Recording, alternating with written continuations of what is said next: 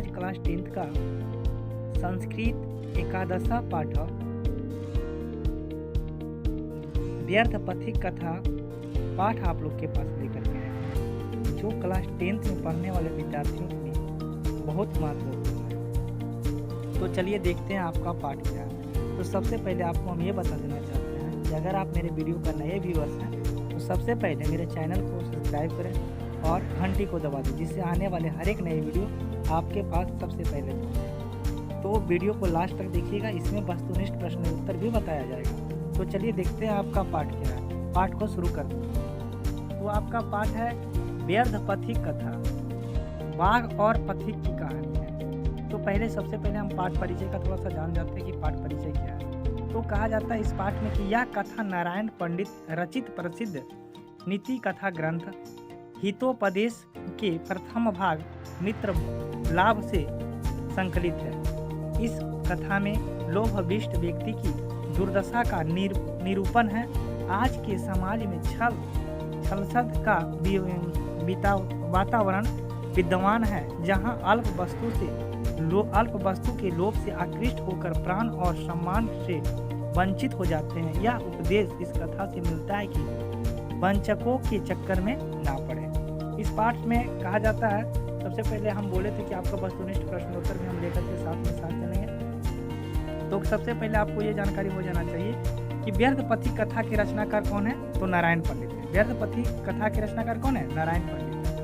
उसके बाद है व्यर्थ पथिक कथा किस ग्रंथ से लिया गया। आपका क्वेश्चन आएगा व्यर्थ पथिक कथा किस ग्रंथ से लिया गया, तो आपका हो जाएगा हितोपदेश से। तो हितोपदेश का अर्थ क्या होता है, हित का उपदेश, यानी कि अपने से किसी को उपदेश देना, मतलब अपने से अच्छा किसी को उपदेश देना, इसी को हितोपदेश कहा जाता है। तो व्यर्थ एक ऑब्जेक्टिव बता देना चाहते हैं कि व्यर्थ पथिक कथा हितोपदेश के किस खंड से लिया गया है, तो आपका हो जाएगा ये मित्रलाभ खंड से लिया गया है। तो चलिए चलते हैं, आपका पाठ देखते हैं आपका पाठ क्या है। तो आपका पाठ हम शुरू करते हैं, इसमें भी थोड़ा सा परिचय ही है। अयम पाठा नारायण पंडित चरितस्य पंडित रचयितस्य हितोपदेश नामकस्य नीति कथा ग्रंथस्य मित्र लाभ नामक खंडात संकलित। कहा जाता है कि यह पाठ नारायण पंडित द्वारा रचित हितोपदेश नामक नीति कथा ग्रंथ से मित्र लाभ नामक खंड से संकलित है। अगला पॉइंट है आपका हितोपदेशे बालकाना मनोरंजनाय नीति शिक्षणाय च नाना कथा पशु पक्षी समृद्धा श्राविता। कहा जाता है कि हितोपदेश में बालकों के मनोरंजन के लिए, हितोपदेश जो ग्रंथ है उसमें बालकों के मनोरंजन के लिए और नीति शिक्षा के लिए अनेक कहानियों पशु पक्षी से संबंधित है। या और इसमें आपको ये भी पता चल जाएगा कि पशु पक्षी से संबंधित है या नहीं है। तो व्यर्थ पथिक कथा है तो साफ जाहिर हो रहा है कि बाघ और पथिक की कहानी है, यानी कि बाघ और रास्ता का कहानी है। तो बाघ क्या है, पशु है। तो हितोपदेश में जितना भी पाठ है, जितना भी है, सब मनोरंजन रहित है और उसमें कहानी में पशु पक्षी से ही संबंधित सब कहानी है। नेक्स्ट है आपका प्रस्तुत कथायाम लोभस्य दुष्परिणाम प्रकटिता। कहा जाता है कि प्रस्तुत कथा में लोभ के दुष्परिणाम प्रकट किया गया है। पशु पक्षिकथानां मूल्यं मानवानां सिद्धार्थ प्रभुतां भवति इति एतादृशीभिः कथा भी ज्ञातित। कहा जाता है पशु पक्षी के कहने का महत्व मानवों की शिक्षा हेतु अचूक होता है, कहानियों के ज्ञान होता है, कहानियों से ज्ञान होता है। आप बताइए, इस पाठ से कम हमको ये पता तो चल जाएगा कि इंसान को लोभ करना नहीं चाहिए। अगला है आपका कसिचत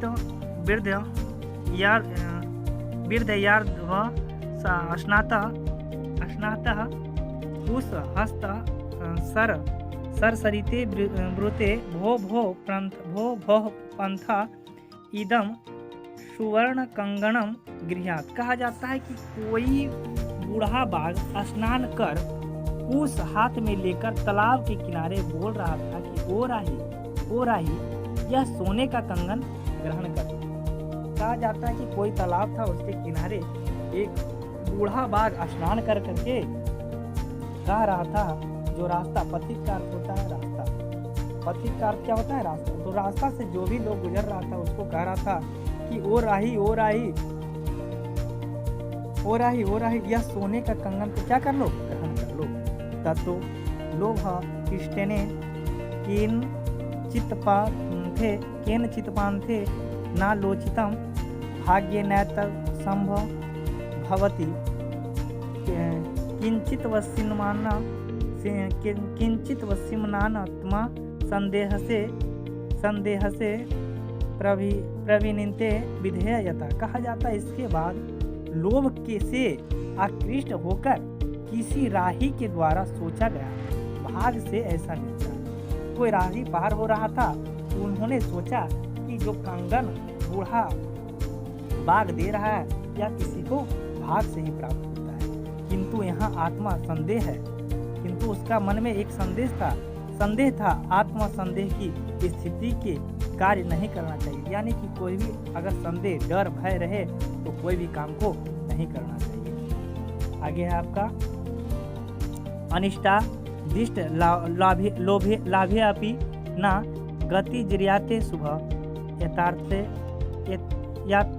यात्रास्ते विषम सागरो अपमृतम तदापि मृत्युवे।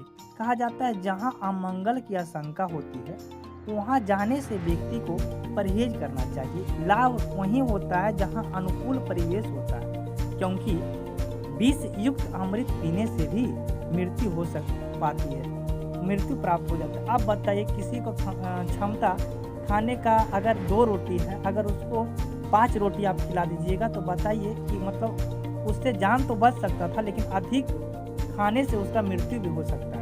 इसीलिए कहा गया है कि अमृत पीने से जान बच भी सकता है, लेकिन अमृत से भी मृत्यु प्राप्त हो सकती है।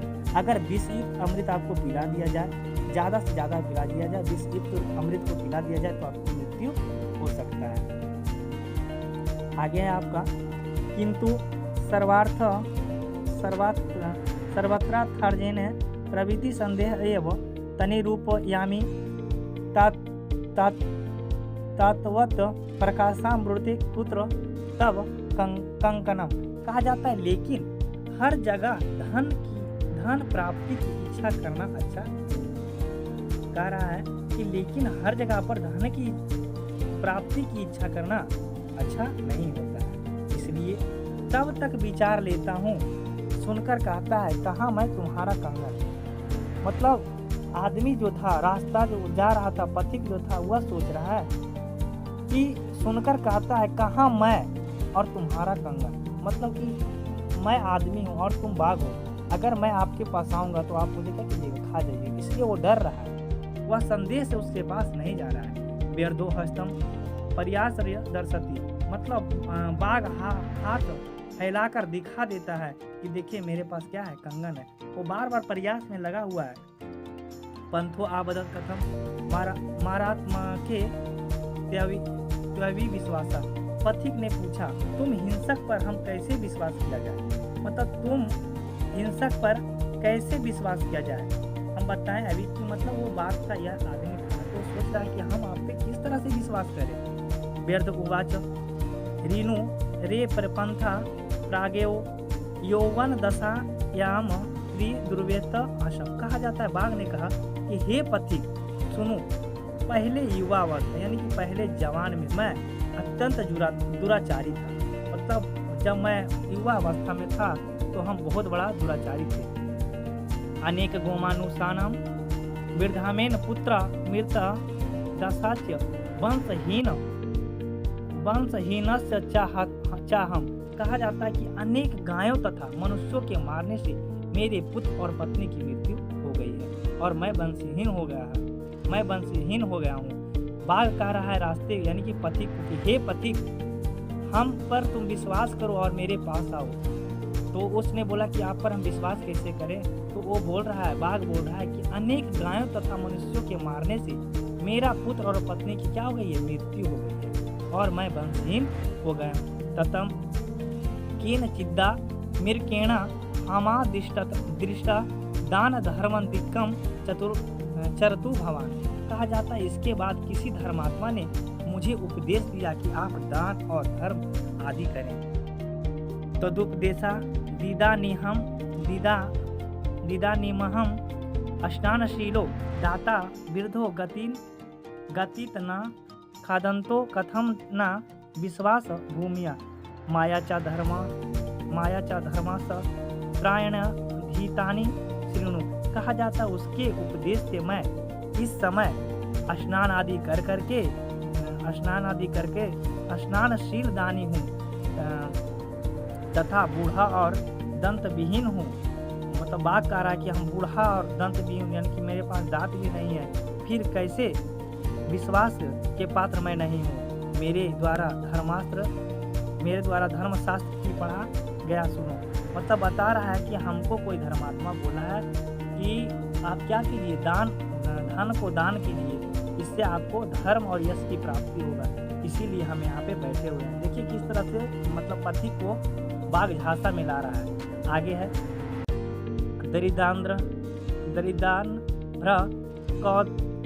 कौन्तेय मां प्रेक्षेश्वरे धनम व्यधित अश्योषष्टम सदम पंथम निरुज्यस्य किमोस्तरे। कहा जाता है कि हे कुंती पुत्र, गरीबों को धन दो, धनवानों को धन मत दो। रोगी को दवा की जरूरत होती है, निरोगी को दवा की जरूरत नहीं होती है।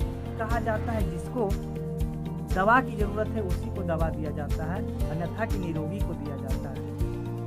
अन्य और दूसरी बात यह है कि दातव्य मिति यद दानम द्वितीय अनुपकारिणे देशे काले च पात्रे च तद दानम सामितकाम विदु। कहा जाता है दान देना चाहिए, दान उसी को देना चाहिए जिससे कोई उपकार नहीं कराना हो। ऐसा नहीं कि हम दान देकर के अगर उसको हम पैसा दे रहे हैं, उससे कोई काम करवा रहे हैं, तो ये अनुचित है, उचित नहीं है। कहा जाता है उसी इंसान को दान दीजिए जो उसी को दान देना चाहिए जिससे कोई उपकार नहीं करवाना हो। उचित जगह, उपयुक्त समय पर, उपयुक्त व्यक्ति को दिया हुआ दान ही स्वामित्व दान कहलाता है। आगे है आपका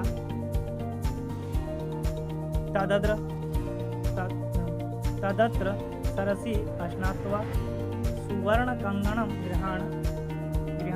कहा जाता है तुम यहाँ तालाब में स्नान कर सोने का कंगन ले लो। पथिक को बाघ बोल रहा है कि तुम इस तालाब में क्या करो, स्नान करो और सोने का कंगन को ले जाओ। ततो यावत्सव तत्रंचा प्रतितो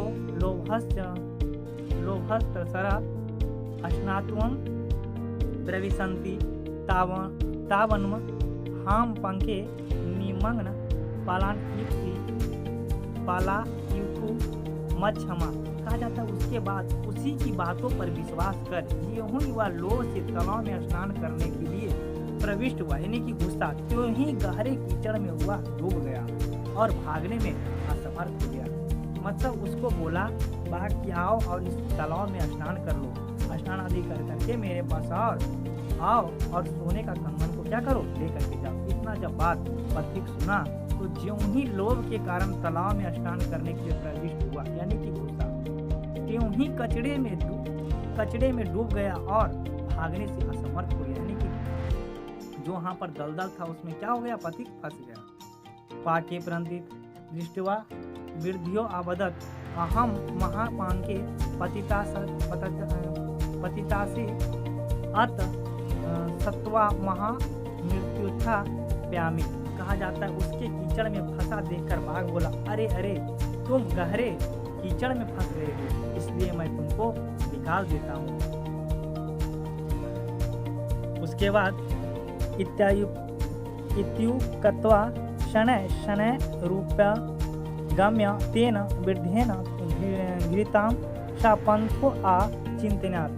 कहा जाता है यह कहकर धीरे धीरे उसके निकट जाकर उस बाघ ने उस पथिक को पकड़ लिया। उस पथिक ने सोचा कि अब से दृढ़ या चति तानाम हसित स्नान मीव क्रिया दुर्भाग्यभरण प्रायो ज्ञानम भरा क्रियाम बिना। कहा जाता है कि जिस व्यक्ति की इंद्रियाएं और मन अपने बस में नहीं हो, उसकी सारी क्रियाएं हाथी के स्नान के समान है। जिस प्रकार वंध्या स्त्री का पालन पोषण बेकार है, उसी प्रकार क्रिया के बिना ज्ञान भरा स्वरूप क्या है? बेकार है। यानी कि ज्ञान बुद्धि को क्या करना चाहिए? हमेशा तात्पर्य रखना चाहिए।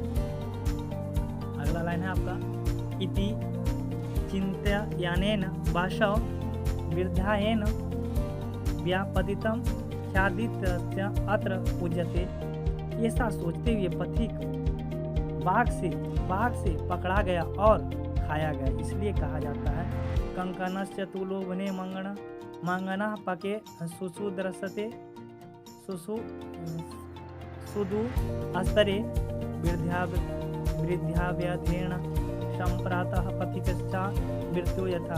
कहा जाता है जिस प्रकार कंगन के लोभ में पथिक गहरे कीचड़ में फंस गया तथा बूढ़े बाघ द्वारा पकड़ाकर मार दिया गया, इसीलिए कहा जाता है। इस बात से हमें यह शिक्षा मिलता है कि कभी भी इंसान को लोभ करना नहीं चाहिए। तो चलिए कुछ वस्तुनिष्ठ प्रश्नोत्तर को हम आगे भी बोले थे और बोल देते हैं कि सबसे पहले हमको ये जानकारी होना चाहिए कि व्यर्थ पथिक कथा के रचनाकार कौन है। तो सबसे पहले व्यर्थ पथिक कथा के रचनाकार नारायण पंडित। दूसरा नंबर क्वेश्चन बोल रहे हैं व्यर्थ पथिक कथा किस ग्रंथ से लिया गया? तो यह कथा हितोपदेश ग्रंथ से लिया। नेक्स्ट क्वेश्चन है हितोपदेश का अर्थ क्या होता है? तो हितोपदेश का अर्थ होता है हित का उपदेश। नेक्स्ट क्वेश्चन है व्यर्थ पथिक कथा हितोपदेश में किस खंड से लिया गया? हितोपदेश किस खंड से लिया गया है? तो आपका आंसर हो जाएगा मित्र लाभ खंड से। अब अगला क्वेश्चन है कौन स्नान किए हुए हाथ में कुश लिए तालाब के किनारे बोल रहा था?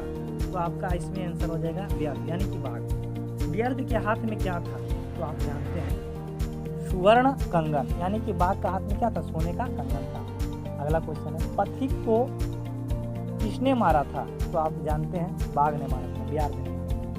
पंथिक कहाँ फंस गया था? तो कीचड़ में। अगला क्वेश्चन है क्रिया किसके बिना भार स्वरूप हो जाता है? तो आप जानते हैं ज्ञान के बिना, यानी कि जब ज्ञान नहीं हो तो आपके पास कोई भी काम है वह भार स्वरूप आपके पास हो जाता है।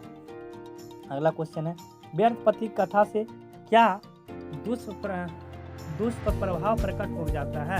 तो आपका आंसर हो जाएगा लोभ, यानी कि कभी भी इंसान को लोभ करना नहीं चाहिए, क्योंकि लोभ से ही सारा काम खत्म हो जाता है। इसलिए इंसान को कभी भी किसी भी चीज़ पर विश्वास मतलब लोभ के दायरे विश्वास नहीं करना चाहिए। अगर लोभ दे करके कोई आपको बोल रहा है कि ये काम कर दिया जाए तो लोभ में आकर के किसी भी फांसी में ना फंसे। धन्यवाद।